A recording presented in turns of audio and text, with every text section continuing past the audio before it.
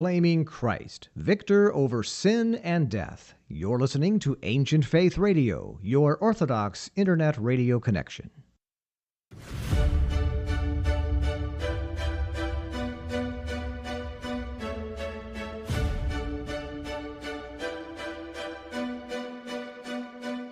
Welcome to Live with the Louhs with your hosts, Father Nicholas and Dr. Roxanne Lowe, where we will connect our Orthodox faith to day-to-day living and relationships to our family, our work, and our view of ourselves. Father Nicholas is the priest at St. John the Divine Greek Orthodox Church in Jacksonville, and Dr. Roxanne is a licensed clinical psychologist who uses her extensive training in private practice. Questions are welcome by calling 855-237-2346. That's 855-237-2346. Here now is Father Nicholas and Dr. Roxanne. Well, good evening, everyone, and welcome to Live with the Louhs. It is such a blessing to have all of you here with us on this Tuesday, October 3rd. Thank you so much for taking the time to be with us. If you're new to Live with the Louhs, it's a show that merges both faith and psychology to kind of give you some practical steps that you can apply in your own walk of faith. And so we want you to know that if you're new to our to the Live with the Louhs, this is what you're going to expect. It's really practical Christianity. So thanks again for being with us. Before we dive into tonight's really important topic, I do want to encourage you to stay connected with us on our social media platforms. Friends, we're on Facebook, Twitter, Instagram, and YouTube, all under the headings of the Louhs. And that last name is quite unique. It's spelled L-O-U-H-S. It's the Louhs, and that's all of our platforms are under that heading. And we also encourage you that if you're looking for a daily word of encouragement, just like so many of us, we're watching the news, we see what's kind of going on in the world, and maybe even in your own life right now, you're struggling with something that it just seems that you go to bed at night and you wake up in the morning thinking about, and you're just looking for some encouragement. We send out a daily word of encouragement every single day at 7 a.m. Eastern Time in your email inbox. And if you're interested, please go to our website at thelouhs.com. Again, that's Louhs.com. and /subscribe. And all you have to do is simply put in your email address. We don't send any other emails other than what the daily inspirational message is. And if you're already receiving it, do us a favor, share them with your friends and family. I do as we do every single week, invite you to join the conversation tonight. You can call us at 1-855-237-2346. That's 1-855-237-2346. Or you can email me a question during the live broadcast of tonight's show by emailing me at ask@ancientfaith.com. That's ask@ancientfaith.com. So friends, let's get started. You know, throughout the Bible, we hear the importance of serving one another. And perhaps one of the most iconic ways, besides that of the crucifixion, we watch and see firsthand how Christ washes the feet of his disciples. He literally gets up from the table, puts a towel around his waist, and begins to wash every one of the disciples, knowing that all of them, with the exception of John, would leave him, and as we all know the story with Judas, would betray him, yet he still served. We hear when Christ is ascending, the last words that he says as he's ascending on top of the Mount of Olives, when he looks over at the disciples and he says, "Now I need you to go out into Jerusalem, Judea, and Samaria, into the ends of the earth." We hear that Christ tells his disciples that they're going to know that you are my disciples, not by how many verses you can quote or how many hymns you could sing, but how you love one another. I would argue that the heartbeat of the gospel beats to the sound of serve others, serve others, serve others. Because the reality is, friends, that as we look out into this world right now, maybe you may be fine, but we're living in a world that is struggling. And so I would argue hemorrhaging with the needs of this world.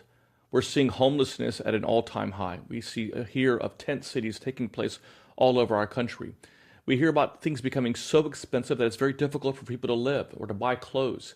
We hear about the struggling and really skyrocketing of what we're seeing with the need for our children to be able to eat properly and the food or the lack thereof. We're seeing a world that, to be quite honest with you, is focused more on consumption than compassion, on status more than service. So we wanted to dedicate a show to a ministry that I believe at its core is trying to change this world. It's trying to change this country by serving other people. And the guy that we have here talking to us about it is a very dear friend, no stranger to us on Ancient Faith Radio and on Live with the Louhs, my dear friend Steve Christoforou. And let me just tell you a little bit about his new position that he is overseeing. Steve Christoforou is the Director of Operations and Community Engagement for Focus North America. This is an organization that focuses on providing food, occupation, clothing, understanding, and shelter to those that are in need. Their website is focusna.org. And Steve is a graduate of Yale University, of Fordham University School of Law, and Holy Cross Greek Orthodox School of Theology. Steve is a passionate, if you know anything about Steve, he's a very passionate about helping people see and serve Christ and their neighbor. And Steve, as always, my friend, welcome to Live with the Louhs. It's really good to be back. Good to see you. It's good to see you too, my friend. So let's get started with some questions that I think are on the hearts of so many. And Steve, there is so much need that we see out in the world today. What has been some of the most eye-opening needs that you're seeing on the ground right now? Yeah, I think that we have a sense of the material struggles that a lot of people have, right? I mean, even as you were talking about in the intro, there are folks who are struggling to put food on the table. There are folks who are struggling to send their kids to school. There are all these material needs, and they're true. I don't mean to minimize them. I was just actually in Los Angeles this past weekend with Youth Equipped to Serve, which is our youth and young adult outreach. We did a trip on Skid Row, and it was horrifying on some level to be at this place of just such concentrated extreme poverty. It's something like 4 square miles in the heart of Los Angeles. I mean, it's one thing to have seen little pockets of tents in your neighborhood. I mean, I come from New York City. I've seen poverty. About an eighth of the people who suffer from homelessness in this country are all crowded into Skid Row. Just the size of it, the magnitude of it was something, right? But the people who are struggling there are not simply struggling with material lack. They're struggling with mental issues, emotional issues, spiritual issues, right? Like the physical lack that we have, I think, is a sign of something deeper that's missing. And I'll give you a story. This wasn't from this Skid Row trip. It's a previous one from our Yes Director, Katrina Bitar. She was there on Skid Row. She was talking. They were kind of working around, getting to know people, and she's talking to this guy who bursts into tears in the middle of a conversation. And they ask him, "What's happening? Is it okay?" And he says, "It's been years since I've had a human conversation with another person."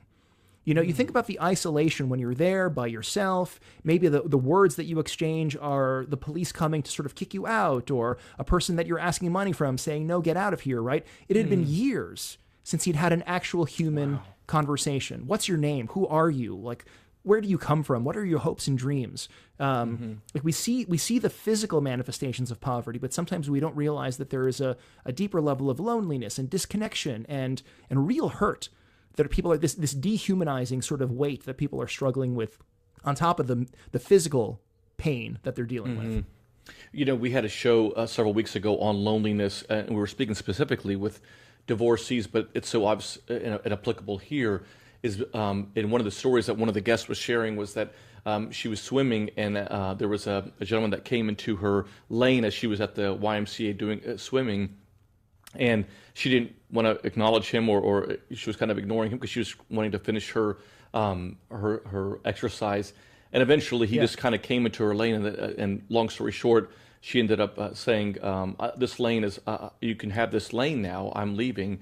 And he said, "Thank you so much that you even acknowledged me," and that people had not acknowledged him. And I just thought, how many people are struggling in this world? And we see the statistics. I mean, 70% of seniors and 40% of adolescents who are in relatively, quote unquote, normal environments, not necessarily on Skid Row or dealing with homelessness, but are feeling levels of loneliness. And then you hear about, what the U.S. Surgeon General said, that loneliness is something that is one of the greatest pandemics that are impacting our society. So let me, when we're looking at these Skid Row, it's often, I think it's very easy sometimes to say, Father Nick or Steve, I get it. I see that there's a problem there. I watch the news. Okay, but I have my own problems. I have my own struggles. Why is it so important for us to have a heart that is serving people in need, even though when we think that we have our own set of problems? Yeah. I mean, the simple and maybe somewhat glib answer is because, this is what the Lord is telling us to do. right? Right. You know, we think back, and this, it has such a primacy of place in the tradition that every year as we prepare for Lent, as we prepare for the journey to Pascha, we pass through the Sunday of Judgment, right? Which is where we read not the parable of the judgment, but really this, I think, prophetic statement about what will come at the end times, right? When Christ separates the sheep and the goats. And, you know, I don't need to go into the details, of course, everybody's familiar with the story, but the powerful takeaway from it, right, is that he asks the sheep, you know, the sheep ask him, why am I here? Well, it's because you fed me when I was hungry. When did we see you? Like, in that hungry person that you saw by the side of the road, you fed that person, that was me. And of course, the goat have the precise opposite. You know, what Christ is telling us in that exchange is that it is possible to see him. It is possible to interact with him, right? We encounter Christ on a daily basis, dozens, hundreds, thousands of times a day, and we're oblivious to him. And I think in our moment of doubt, in our moment of, you know, struggling to find Christ and find meaning for ourselves in this world, you know, I think there are two roads to Christ. One is the inner road of silence and prayer, right? Finding him in the stillness of our heart, which is hard.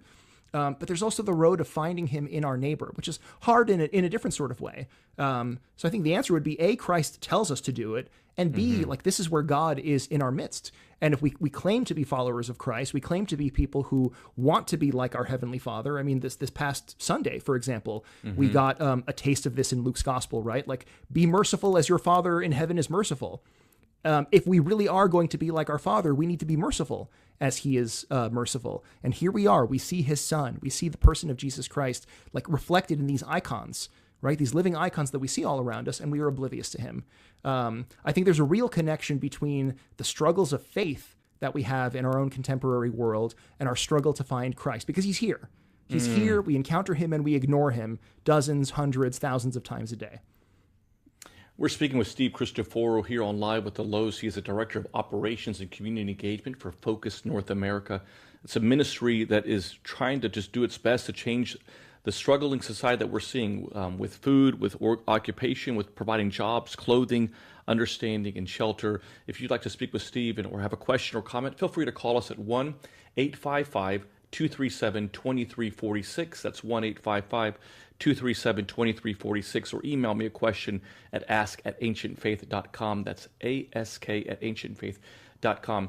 You know, Steve, why do you think it's that we're always, you know, it seems that we're always filled with excuses as to why we can't offer the time to be a difference maker, to help people in need? What do you think are some of the biggest hindrances to us doing that? Yeah. You know, it's funny, there was some data recently that came out about why it is that a lot of people don't go to church on Sunday and feel disconnected from church life.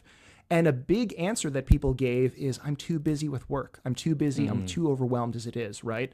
And I think that is a thing that a lot of us feel. Like, we all feel this pressure in our lives, and adding yet another thing. I mean, it's the reason why it's so hard to start a new healthy habit. It's the reason why it's so hard to stay connected with it's the reason why it's so hard to stay connected with friends, right? I mean, why people are falling into isolation. So one is, I think, just the pressure that we've allowed ourselves to build up in our contemporary world, which has these economic pressures and these social pressures that grind us down. I think another thing is the sense of powerlessness. Right? People look at the magnitude of the problem and they wonder, like, what can I do? You know, it's kind of the image that, you know, the little story that we tell of, you know, a young boy on the beach, right? And there's all the starfish on the beach, and there he is going from one to the other, throwing them into the ocean. And, you know, an old man comes to him and says, like, you know, you can't help them all. And the boy says, well, I can help this one. And he tosses it into the water. And I can help this one. There is a lot that we can do. And, you know, St. Maximus the Confessor will say that every human being is a macrocosm, right? Every human being is more valuable than the entire created order. If there's one person we can help, it's enough. And yet we have the sense of powerlessness because we can't do everything.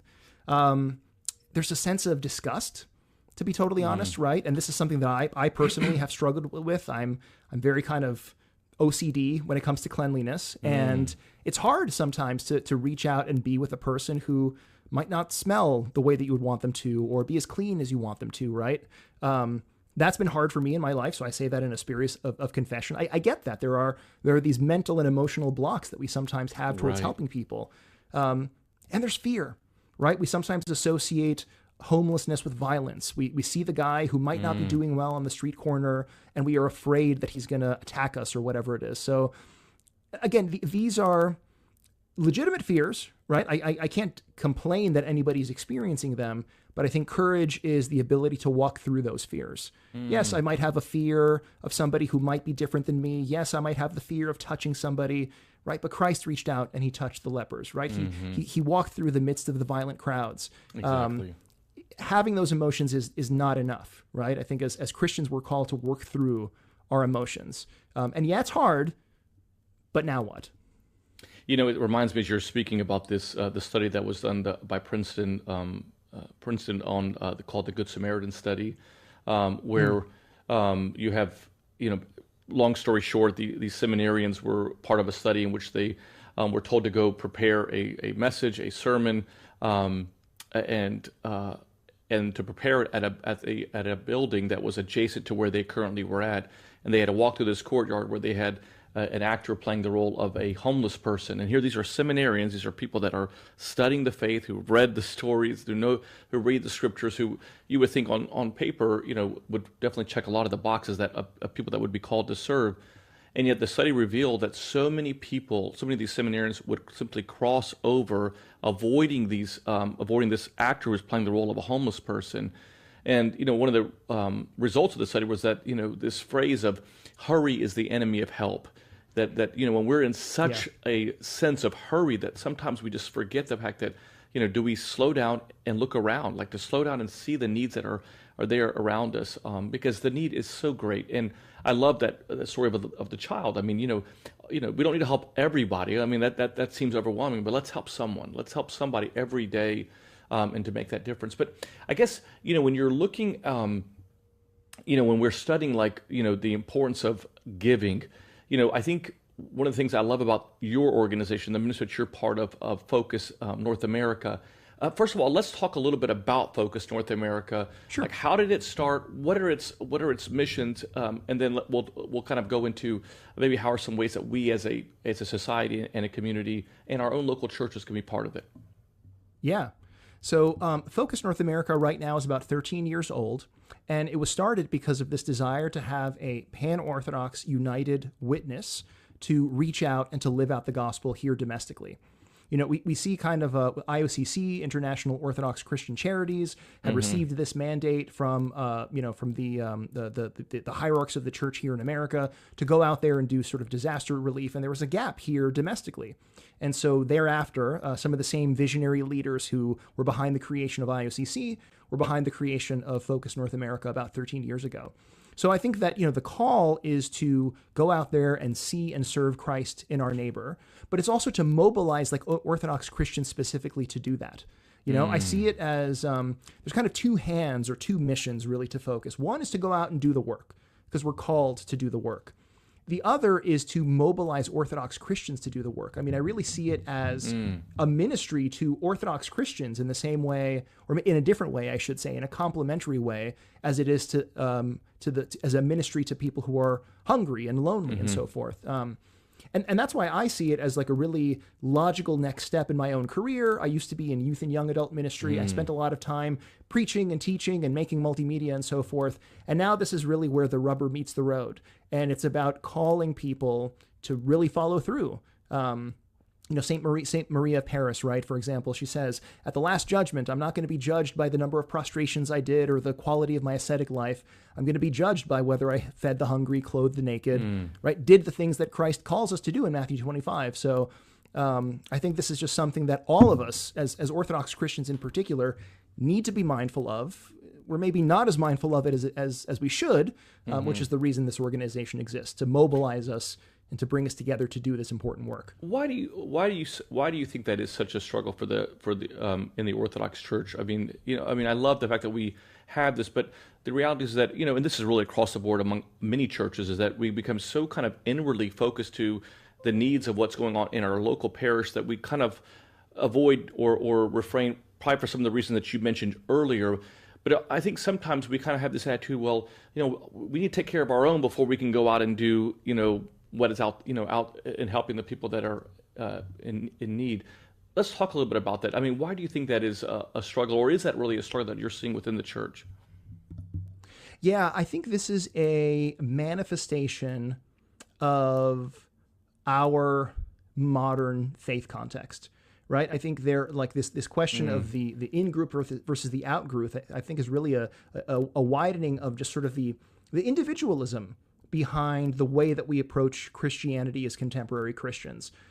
We kind of talked a little bit about this actually the last time that I was on the show, I think. Well, I have that ministry training course, Effective Christian Ministry, that I worked on in my old role. And we get into some of the history and why we got here. But, you know, we as contemporary Christians really do tend to have that sort of like individualist mindset, right? I mean, we say that it's kind of a Protestant phenomenon, right? Just me and my Bible or me and Jesus or whatever it is. But as contemporary Americans, we have a bit of that, right? This individual sort of pursuit, right? And I think that, especially in the American context, where that individual pursuit is sometimes, you know, we talk about the American dream as centering around like commercial success and economic comfort and so forth, right? It's a challenge for us. You know, like there's three basic legs to the stool of, you know, the ascetic life, right? As Father Evan Armitage would say, right? There's prayer, fasting, and almsgiving. And we keep the ideals in place when it comes to prayer, right? We know we're supposed to pray at all times. That's what Paul tells us. That's the witness of the church. We don't, but we live in that tension, right? And sometimes we have, you know, fantasies of ourselves becoming gurus and whatever it is by, you know, learning how to pray and having these mystical experiences. We know that we're supposed to fast rigorously. We don't always, but we live in the tension between like the ideal of fasting and not. But that ideal isn't there when it comes to almsgiving. You know, every line of scripture, we say that it appeals to, or it's directed at us, except for when Christ tells the rich young ruler to sell everything you have and give it to the poor. That can't possibly be Christ telling me something, right? Christ can tell me to pray always. He can tell me to fast rigorously, but he wouldn't tell me to give up everything that I have. Like, he wants me to have this house and the garage and the car and so forth. But what if he is? Right? What if he's telling each and every one of us to live in the same way that the apostles lived, as we see recorded in the book of Acts? And to at least live in that tension, right? Because in the same way that I don't pray without ceasing, and I certainly break the fast multiple times, like, we try to live in the tension, though, between the ideal that the church gives us and the reality of where we are, and to try to take steps in our spiritual life to approach that ideal. But because of that individualism, because of our desire for comfort, we kind of erase that ideal when it comes to the almsgiving side. You don't need to sell everything you have and give to the poor. You can sort of like give a tiny, tiny negligible percentage of what you make to the poor. Forget the fact that it is the widow, right, giving her widow's mite that is held up as an ideal. That the rich tend to be the villains in a lot of the stories of Scripture, right? But we'd rather be fat and happy than holy. And I think that's one of our challenges as contemporary Christians. You know, if you're just tuning in, we're speaking with Steve Christoforou. He's the Director of Operations and Community Engagement for Focus North America. Just a truly extraordinary organization. As you're listening to us, I encourage you to go to their website. It's Focus NA, so it's FOCUSNA.org. Really amazing what they're doing and how they're trying to make a difference and really following the words of Christ when he says that when I was hungry, you gave me something to eat. We invite you, if you have a question or comment for Steve, feel free to call us at 1-855-237-2346 or email us a question at ask@ancientfaith.com. That's ask@ancientfaith.com. Yeah, I can't help but think, Steve, that I think for a lot of people, you know, it's easy to kind of, even in that negligible amount of money that they give, that they would rather just give something financially as opposed to actually being on the ground. Talk to us a little bit about how beneficial it is to, as you shared beautifully when you were on your recent trip to LA, seeing those eyes, hearing those stories, experiencing those people. I mean, tell us a little bit about how important it is to actually get our hands, if you will, dirty in doing the work and of helping to change people's lives. Yeah. I want to affirm that any step that we take, right, to help the poor is a beautiful step, right? And if the best that we can do in our particular moment is making sure that we donate a little bit every month to our charity of choice, like, that's a wonderful thing. And again, like it's about that tension, right? And I think this is part of that tension, pushing further into trying to have as many face-to-face encounters as possible. And this is really what we try to do with Focus as a whole, not to just be kind of a middleman that's distributing resources. This is actually one of the reasons why food, I think, is such a common way that we serve people, not simply by serving food, but by offering like a shared space where volunteers and our guests can sit together shoulder to shoulder, face to face, right? Because you're normally not going to have lunch with a homeless person. You're normally not going to have dinner with somebody who's not part of your socioeconomic neighborhood, whatever sort of thing. I think it pushes us outside of ourselves. And that's really the widening of the heart that we experience or called to experience as Christians. You know, St. Silouan the Athonite says that you can tell the presence of the Holy Spirit because the heart gets wide enough to encompass all of creation, right? And I think sometimes, like our hearts can be narrow, and maybe we love our friends and we love our family. But again, this is very timely. The gospel this past Sunday, Christ telling us, like, yeah, even villains love their friends and family, but we're called to love our enemies. Right? We're called to love without distinction. Our hearts are called to be wide enough to encompass all of creation. And being in those places of discomfort forces us to open up our hearts. Like, these are people that we wouldn't normally interact with. These are people that we normally wouldn't, and we dehumanize sometimes, right? I mean, I think about this sometimes in New York, like how lonely it is to be homeless or struggling in a city here where you're begging outstretched with your hand out, and thousands, tens of thousands of people are ignoring you and treating you as if you're nothing but a fire hydrant, right? Those connections restore the humanity of people, right? The ability to ask somebody's name, to look somebody in the eye. I mean, it is the restoration of that person's humanity and the restoration of our own humanity by, again, turning us into the kinds of merciful people that we are called to be, merciful like our Father in heaven. And on that theological level, it's one of the ways that we encounter Christ, because he is there, and learning to look people in the eye, to serve them even when they are difficult, to serve them even when they make us uncomfortable, is our ability to like access that revelation, right? To see the Christ who is here in front of us, in the face of the downtrodden, in the face of the needy, in the face of the hungry. Steve, building on what you're just sharing, I know this may seem like a silly question, but how do we train people to see that? How do we train people to actually see the needs that are going on? Because again, I think it's just so easy to become so ingrained in our own world and kind of focused inwardly. But how do we tell people, or how do we show them, I say, to have the eyes to see, to have Christ eyes, to have Christ's arms, to have Christ's ears to hear the needs? How do we train people to do that? Yeah, I think this is why, I alluded earlier to kind of the two basic paths of encountering Christ in our lives. There's encountering him in the stillness and quiet of our hearts, and encountering him in the face of our neighbor. And the one feeds into the other, right? Like, even as you were saying with the Good Samaritan experiment, the reason that people don't see the need or justify ignoring the need is because of that sense of hurry. I've got to get to the next appointment. I've got to do this. I've got to do that. Making time for stillness, slowing down the pace of our lives, and just like learning how to be comfortable in the 5 minutes a day when I light my incense and close my eyes and simply try to put myself into the presence of God, slows me down enough to be able to kind of chip away at some of that hurry, right? Our days are spent going. It takes an intentional hitting of the brakes, right, to break that cycle and say that. And you see even St. John Chrysostom, right? Like he will say very famously that if you encounter a beggar on your way to liturgy, like the beggar becomes your liturgy, right? It's even a religious sort of instinct that we have sometimes. Like, I have to get to church, right? The seminarians in the Good Samaritan context. But like, no, we are called to be present wherever that might be, whenever that might be. And presence sometimes means that there is a person here in our lives. It's like when we share.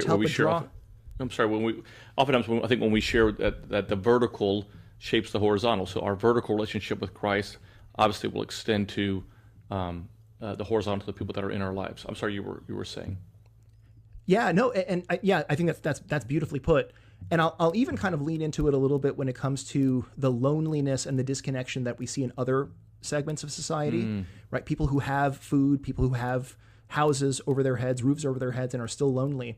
That there are so many people in our society who are overlooked because of our own sort of ruthless rushing, right, and ruthless ambition, and all these things that are, if we learn to slow down, we would be more attentive to the elderly folks in our community who maybe can't get out of their house, or right, the family members that we might be estranged from, or the neighbor that doesn't really know anybody, moved into the neighborhood and is still kind of the new guy on the block. It's like loneliness builds loneliness, and I think our callousness sort of builds our callousness. And maybe one way to mitigate against that is to slow down, to have open eyes when we're navigating the world, and to try to just be genuinely curious about other people, to begin to see them as people who have stories and ideas and ambitions, and to be open to that, to be open to those people. It reminds me, I was, during my time when I was growing up, I worked for a supermarket called Winn-Dixie, and at Winn-Dixie, I worked my way up, and long story short, I ended up working at a meat department, but I really struggled in my adolescence with my own faith, just trying to figure out where I kind of fit in and what Christ was calling me to do. I was kind of having desires of maybe going into the seminary, but I was kind of like fighting that a lot. And there was this a young man, I mean, young in the sense that he was older than me, but younger in the sense that he was probably in his 30s. And he would always bring his Bible. And every week he would put his Bible on the meat counter, and he would simply just talk to me. And he would tell me, how was your week, Nick? How was everything going? Where do you feel God calling you? And I remember him just always speaking like a level of life to me. But what I so appreciated is that sometimes when you're working in that kind of a role, and again, I was working part-time as a teenager just trying to make some money, I didn't think people always saw me. But in this case, every Friday, he would come there and he would see me and then connect with me. And here, 40 some odd years later, I'm still remembering him. I wish I would have, gotten to his contact information. This was so many years ago, but he still left such an impression because I felt like he saw me. And like you were mentioning, I had a house. I was trying to make money just so I can, buy a car and all those things that kind of come along with that. But I wasn't living on the streets, but yet this person did that. And I guess one of the questions I would like to share with or ask you, Steve, is, we all have different talents. We all have different gifts. Not everyone is a great orator. Maybe not everyone has the gift of communicating. Maybe some people like to be introverted, and that's okay. God, I think, honors that. But how do we utilize our gifts to do exactly what you're talking about? How do we use our gifts, whatever those gifts are, to make a difference in this world and to relieve a lot of the pressure and the sadness that we're seeing encountered all throughout our society? Yeah, that's a beautiful question and a beautiful story. Like, I love the fact that, that those interactions, which were just so present, still ring with you and resonate with you to this day. I think it begins with realizing that our gifts are in our grasp. Our gifts are given to us for the sake of others, right? Gifts are not given to us for ourselves.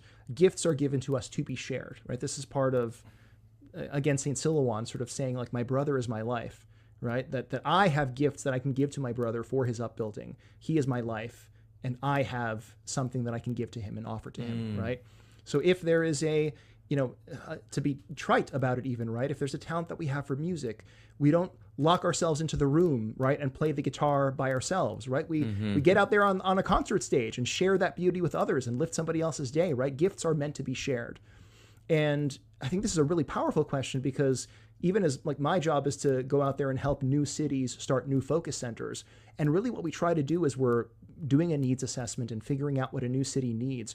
We try to connect with the gifting and the sort of that gentle pressure on the hearts of people in a city and try to see how it connects with the needs of their particular place, right? How is what we are passionate about connected with the needs of the city that's around us, which is why no two focus centers are alike. We have a homeless shelter in Cleveland. We just started a pregnancy support center and resource center in Houston. There's, a feeding ministry here. There's a clothing ministry there, right? No centers are alike in the same way that no human beings are alike. We're all separate and unique. Look, I think the question for us to answer is, okay, what are my gifts? Not in a spirit of pride, right? But in a spirit of, okay, what are my gifts? Right.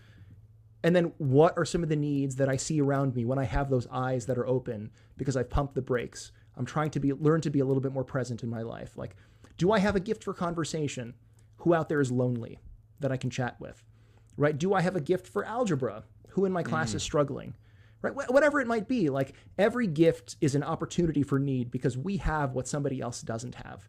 And that's, I think, where service comes together. And the other thing that needs to be said, though, too, is like it's mutual, right? Service is always mutual because I am not complete without you as my brother, right? And there are things that God has given you that I need. Like I might be able to give you something on your bad day. You're going to give me something on my bad day because we are all connected. So I think understanding our gifts, understanding that they are there for the benefit of others, and to approach people with that humble service sort of mindset. I'm here to compliment. I'm here to give in the same way that I'm here to receive because my brother is my life and my heart is growing wide enough to encompass all of creation. You know, and it reminds me of this. Well, we've been so Bible focused and church fathers, quoting the church fathers. I mean, it's just so. It seemed like this is such an anchor, such a pillar of our faith. The desire that Christ has to be the difference makers. That we are called. You know, I love what Mother Teresa says. She says that that we are the pencil as God is writing His love letter to the world, and so. You know, that pencil, that desire to make a difference in the world, to challenge ourselves to get out of our comfort zone and to be a difference maker is so important for us. You know, I do want to once again invite those of you that are listening to our show this evening, if you'd like to speak with Steve Christoforou, who is the Director of Operations and Community Engagement for Focus North America. Their website is focusna.org, focusna.org. It's an organization that is really on the battlefield, if you will. They are on the ground trying to make a difference in this world. So definitely read all about them. But Steve is with us. If you have a question or comment about what we've been talking about, not only about Focus in North America, but also about how you can be a difference maker. What are ways that you can utilize the gifts that God gives you to make a difference? Feel free to call us at 1-855-237-2346. That's 1-855-237-2346. Or email me a question at ask@ancientfaith.com. That's ask@ancientfaith.com. You know, Steve, I can't help but think to myself that you've been at this position now for how have you been here for a year now? Or tell us a little bit about this, when you took over this position. And I'd love to really hear from you some of the more, some of the inspiring stories. I know that there's great work is going on all over, and we honor that, and we ask God to continue to bless it. But what are some of the things that have touched your heart that you've seen in churches that I think we'd love to hear that would inspire us as well? Yeah. So I've been with Focus now since December. So just shy of a year. December will be my 1 year anniversary. So I'm still very much the new guy on the block, still very much learning and being inspired by the things that I'm seeing both in our Focus centers, but also just in parishes, right? Because there are parishes that maybe are small, don't have the ability to establish a full-fledged center, which tends to be more of a pan-Orthodox labor with multiple parishes coming together. But yeah, I'm inspired by, in a lot of ways, the small things that I've seen across the church, not even simply in my time with Focus, but in the decade now that I've been serving since getting out of seminary. And it's a variety of things, right? It's little things like during the course of the pandemic, for example, there was one youth worker that I know who made a point of putting a chair in her bag, in her trunk, and just drove out every day and spent a little bit of time. She would park the folding chair, like on the lawn of the kids in her youth group, and would spend time with them in the midst of the isolation of the pandemic, right? There's a lot of interesting data that shows that only 10% of young people were reached out to by a church leader during the course of the pandemic. And here was one of them, right, who we couldn't all get together, so she had to be creative. So she literally just did a tour and would call them up and say, "Hey, I'm outside. Let's sit for a little bit." And they'd have their social distance, right? Height of the pandemic, but they were still that human connection, which is the point of all of this, because she treated her people as they were like the sheep, right? In her sheepfold, she treated them as human beings that needed to be taken care of.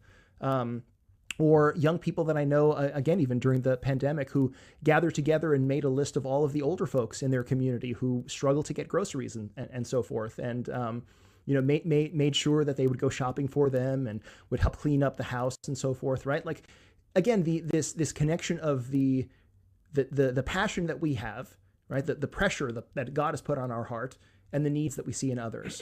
The way that I've seen parishes in this country adopt Ukrainian refugees who have come out from overseas in the course of the last year or so and made them feel right at home despite potential language barriers and so forth. I mean, as much as we can, it's as easy as it is to complain sometimes about the state of the world. Like there really is so much beauty because there are so many anonymous saints, right, who are doing truly beautiful, wonder things at any given point. Mm-hmm.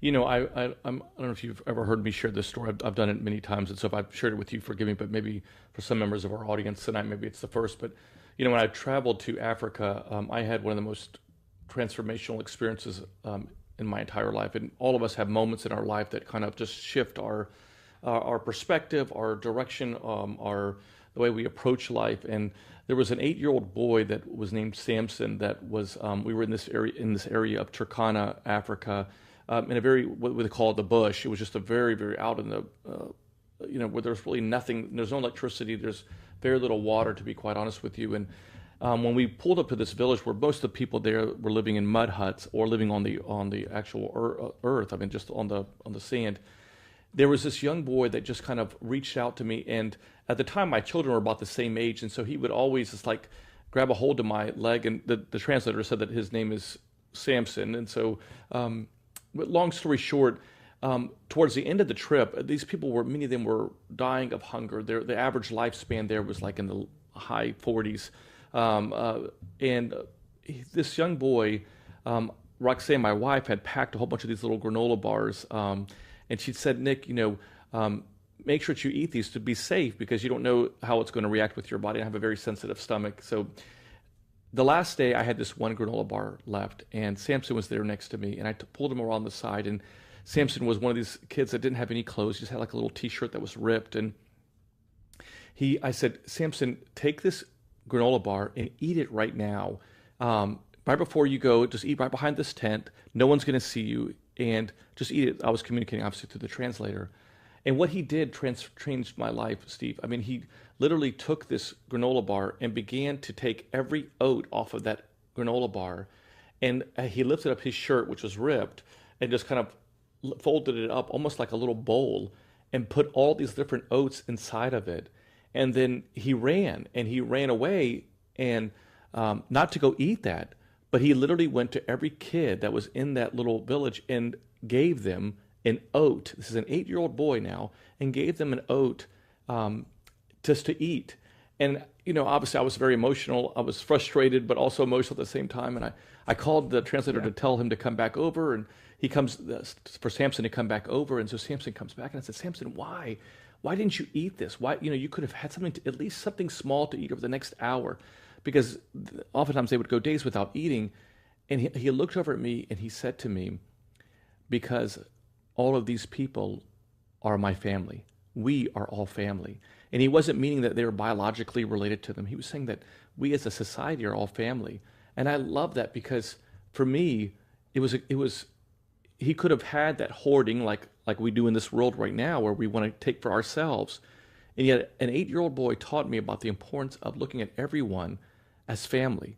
And I love what you were sharing earlier because it echoes that in the sense that looking at everyone the way Christ tells us to look at them, like looking at them as if they are the face of Christ within them, and how if we were to approach that in this world, how better off the world would be. And that's holiness, right? I mean, like, right. That is so beautiful. I want to highlight that again because, like, that is the widow's mite, right? Like, here is a young boy. This is like his one possession, right? And his first instinct is to give it away. It's reminding me even another story that I've heard in my time with Focus. We have a homeless shelter and a transitional house at Focus Cleveland. And there are previous residents of that house to this day who will like mail in dollar bills once a year, right? Or mail in maybe a quarter or 50 cents, right? Because they were on the street. They were able to get out and kind of get their lives back in order. But it is still a priority for them to support this house that was integral to their recovery and to their sort of independence, again, their liberation from the streets. And they don't have a lot, right? But that dollar will come in every month, right? That 50 cents, literally, I mean, there are people who will mail in change in a little, they'll put a stamp on it, like a however much stamps cost nowadays, and have 50 cents in the, in the folder, because that's what they can give.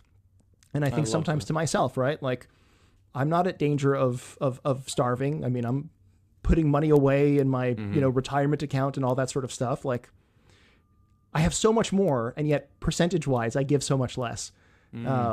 Which is why I think that's what we're seeing. It is the widow's mite. Yeah. Right. I think that's what we're seeing in the world, especially in societies. I'm sure you've done a lot of research on this as well. But for our listeners, is that there's so much research that shows that as we grow in wealth, percentage-wise, we actually give less than we would do. So although we give as a nation, we're one of the most generous givers around the world. But if you were to quantify that based upon how much we're worth to how much we're actually giving, it's concerning, on a number of levels. If we're just simply talking finances, but we've been talking, obviously, it's more than just that. It's the greeting of it's the welcoming, it's the hearing, it's the seeing. And I really want to kind of, in our last 10 to 15 minutes, Steve, is really to spend some time talking about, obviously what you at Focus are doing is extraordinary. And again, their website is focusedna.org. But Steve, how can a parish who's listening to this show tonight, the priest or a pastor, or some of the people that may be in influence in their parish, what are some practical things that we can all do in our local parish to bring about this awareness and what we've been talking about tonight? Yeah. There's a couple of things that I can share with you that we offer at Focus. I mentioned earlier I was in Los Angeles this past weekend with YES, which is Youth Equipped to Serve, which is our youth and young adult outreach. And YES has been around actually from even before Focus and is doing really wonderful work forming young people and also older people as well into this like servant's ethos. So one thing that we can do on a parish, for example, is have a YES trip. You can bring YES out, and there are trained leaders who will come out and spend a day, like we did at Skid Row in Los Angeles. A day for youth. We do college days as well. We just did a day at Texas A&M, earlier this semester. A day for youth, a day for young adults, where we get to know the needs of our larger community, right? Not just the parish community, but to break down those walls and see the community around. In the proximity of our parish, to get to know those needs and to figure out ways that we can actually begin to know them and acknowledge them and address them on an ongoing basis. We're actually in the process of putting together a new retreat experience, which is not just for youth or young adults, but an intergenerational experience. We're going to be piloting it in Austin later this month. And as we kind of work out the kinks, we hope to offer it more widely to people as well. So we can have those, again, formative experiences, bringing people into this direct encounter with the need that surrounds them and coming up with strategies to address it on an ongoing basis. We also have a cycle of local initiatives. Over the summer, for example, there might be a lot of parishes out there that have done our backpack programs, which we revamped a little bit this year, ways to connect local parishes with local classrooms, to give them parishes with materials to, God willing, spend time and get to know with kids in a local community, right? We're going to launch a winter nativity local initiative as well, and then a Lenten one, God willing, at the beginning of next year. All of those things, the direct kind of parish outreach that you can do, it's available at focusna.org, or if you go to our YES website, which is yesnorthamerica.org, yesnorthamerica.org. You'll see the links for scheduling a YES trip, for the Go initiative, which is a way to mobilize parishes to get out there and go and serve their neighbor, and the local initiatives that we're doing. So there are some resources that we have as Focus that parishes can tap into. But on a deeper level, right, it's that question of what is our gifting and what are the needs that we're seeing around us. And that's a challenge, I think, sometimes as Orthodox. I'll give you maybe a concrete story. There was a priest, a presbyter that I know in a community, and the community was raising funds for, this was earlier this year, I think it was, right? There was that tragic railway accident that happened in northern Greece. There was a lot of college students who were killed, right? The operator, 2 trains collided, very devastating. Right. And the parish was, doing a wonderful thing and raising funds for support and so forth. And the presbyter in that community asked a really interesting question of the parish as they were doing this, why? And the parish said, well, these are our people, right? We want to support them. And he countered with a powerful question. He said, not a mile from here are public housing developments. And we've never seen them as our people, even though they're literally, we can walk to them. Right? What is it that closes us off from the people who are geographically in our proximity, right? Like, who is my neighbor? The neighbor is the one who is right in front of me.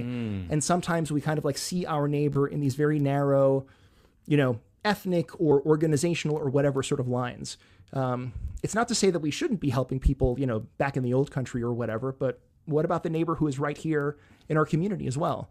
Are there ways that we can take off those blinders and see that, like, maybe there are needs in my community that are not being met? Maybe there are elderly folks who are homebound and have nobody to spend time with them. Maybe there are folks who can't do their own shopping or do their own chores. Right. Maybe there are, there are college students in a lot of places, like who are barely struggling to get by and put food on the table because books are so expensive and tuition is so expensive, right? The level of food insecurity amongst paying college students is ridiculously high.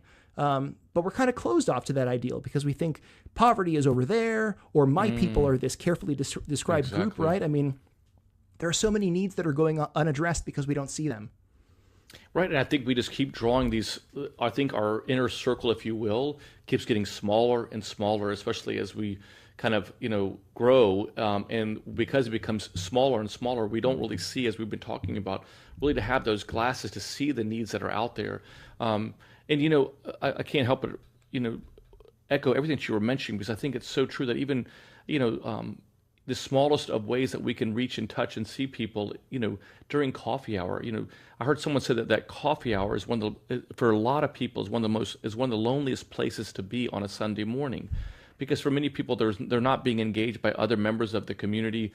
Sometimes they're just kind of sitting by themselves, and it's a tragedy, because on something I would say this is really low-hanging fruit, in the sense that they're actually in the church, they're actually seeking that. You're not having to leave.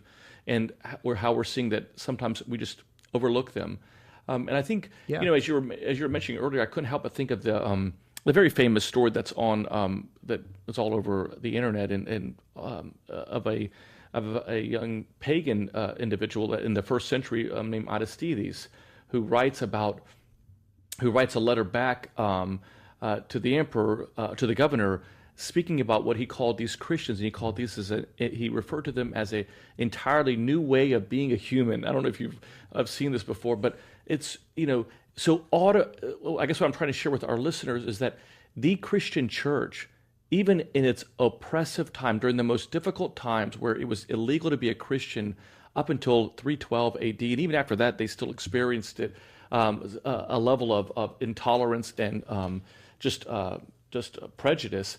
And obviously being killed for their faith. Even in the midst of that, they were still serving one another. And this guy, Archdiocese, writes this letter back going, look at these Christians, look at these people that are called, he actually calls it, says, these people that are called Christians, they take care of their brother, and they, without expecting nothing in return, they help, they give. And then he goes, and he uses this phrase, which I love, which we as Christians would say that that's exactly what we believe, that we are being born anew. We are being born through Christ Jesus, through his, that the old is gone, and then the new through Christ's resurrection is here, what we read about during our Easter service, our Paschal services. But I love that. It's an entirely new way of being a human. And maybe in our last few moments, maybe just talk about the benefit, like how, not only do we know that spiritually, but, for you, Steve, you're a very well-accomplished person. You're someone that has given your life and gives your life to the church. But I know that for you to do what you're doing now and to travel, because it's obviously very taxing to do all that, you must love and be passionate about what you're doing. Maybe to share with our audience how rewarding it is to actually do what we're talking about. How God has actually, I would argue, God has hardwired us to be in service to one another. Yeah, and that's the thing. I mean, I think I look back on my career now, graduated seminary a decade ago.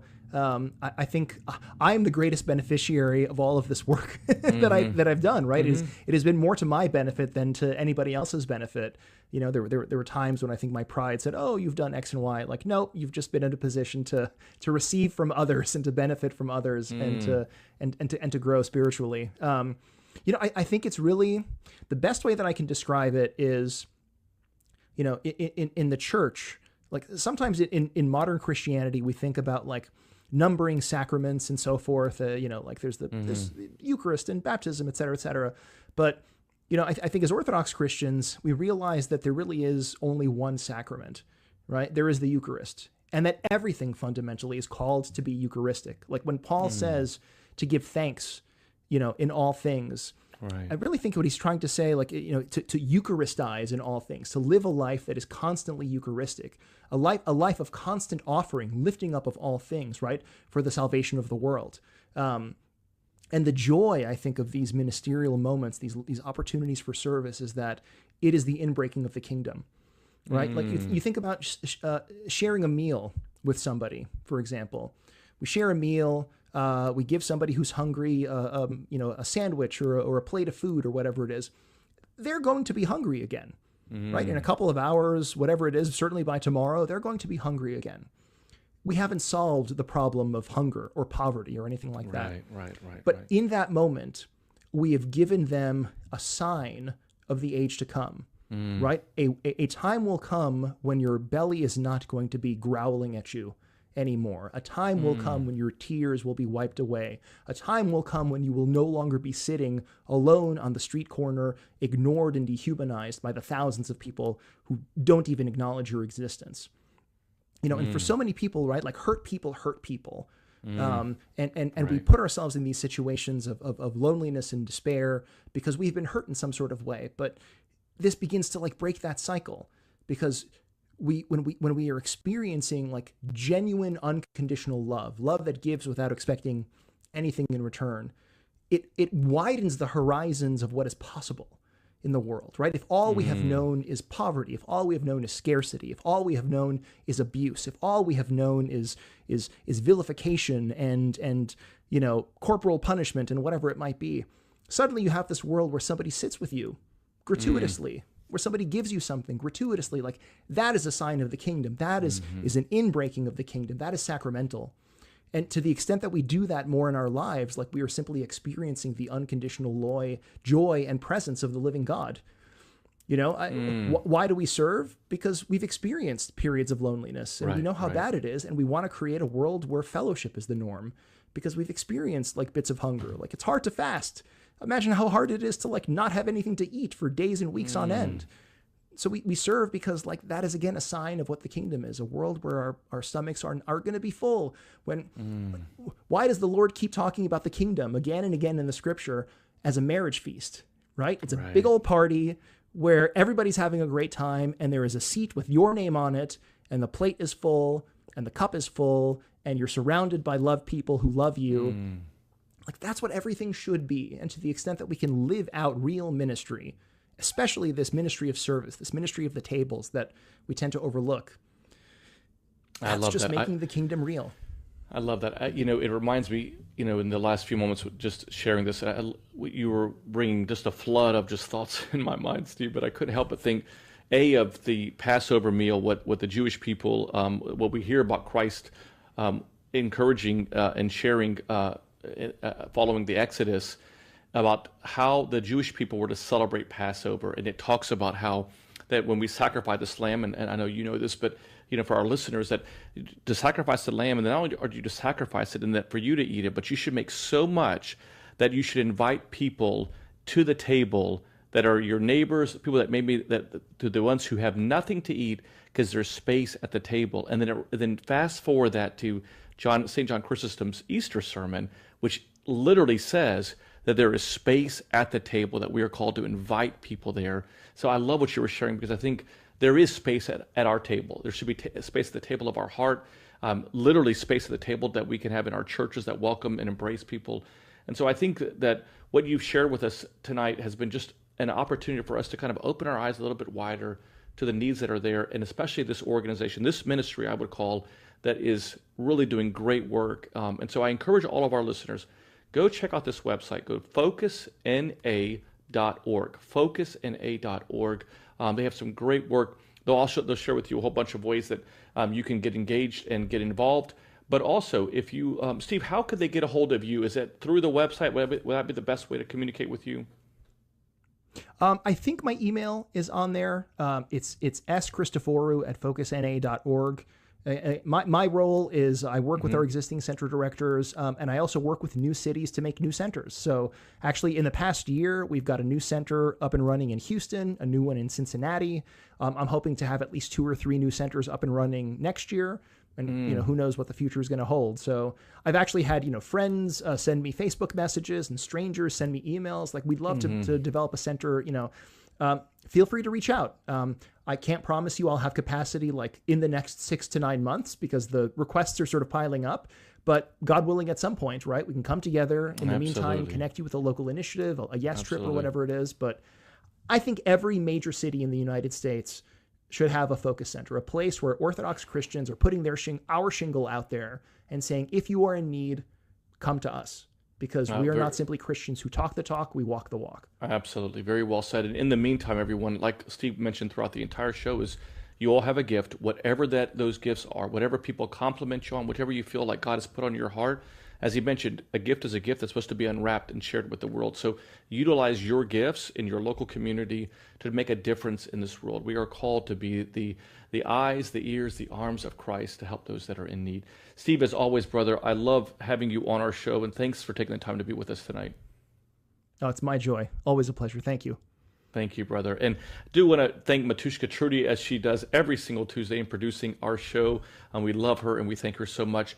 And also, I want to let you know that for the next 2 Tuesdays, we're dedicating a 2-part series. Roxanne will be here with me on strengthening our marriages. And so we're going to deal with how do we deal with conflict. If you're in a relationship right now that you maybe struggle with just the tools to deal with conflict, we're going to do that. And how do you still have fun in a marriage? So often we're seeing that sometimes after the first child, or when children end up going or in adolescence or in high school or in college, we see a lot of the fun level, if you will, within a family go down. How do we keep that going? How do we strengthen our marriages? Part 1 and part 2 will be over the next 2 weeks. So definitely don't miss that. Share it with your friends and family. And as I mentioned earlier at the top of the show, if you're wanting to receive our daily inspirational messages, go right now to thelohs.com/subscribe, and you can subscribe to receive our daily messages. And also, if you want to hear our sermons, they're archived on our Louhs YouTube channel, so check us out there. God bless you, my friends, and stay strong in your walk of faith.